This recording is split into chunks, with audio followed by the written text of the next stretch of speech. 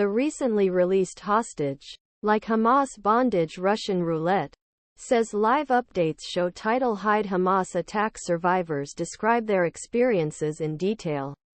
After the October 7 attacks on Israel, while survivors share painful stories of fighting the war, Fox 29, a former prisoner released 2 weeks ago, says the many hardships endured by Israeli hostages Hamas holds include family separation, uncertainty about their fate, shortages of food and limited access to bathing facilities. Sharon Alony-Cunio and her 3-year-old twin daughters survived after 52 days. But her husband, David Cunio, is still being held in Gaza with 135 other Israelis. Alony-Cunio told in his first media interview since his release during a week-long truce last month that captivity was a Russian roulette. Will keep you alive tomorrow morning? Or will they kill just because want to? Or just because their backs are walled?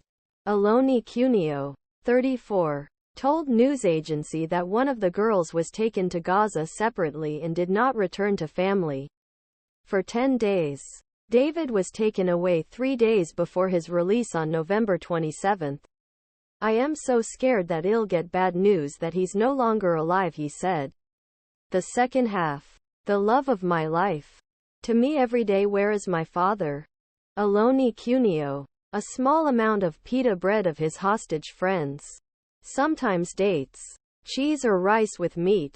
She said they would sacrifice girls who had trouble waiting for the toilet and had to use washbasin or trash. For Emad Julie, hostage groups were kept above ground instead of Hamas tunnels stretching for miles under Gaza. But endless days and not knowing if the Israeli government has given up on them have made pain of bondage almost unbearable. Biz is not just the names on the poster, said. We are human. Flesh. Bone. My daughter's father. My wife and many more fathers. Children. Parents. Brothers are there. Netanyahu says dozens of Hamas militants have surrendered. Blinken has advocated vetoing the UN ceasefire resolution, updates developments. Proof media outlet reported that Al Jazeera journalist Anas al-Sharif's 90-year-old father was killed in an attack on Israel's house in Cebaliye, north of the Gaza Strip.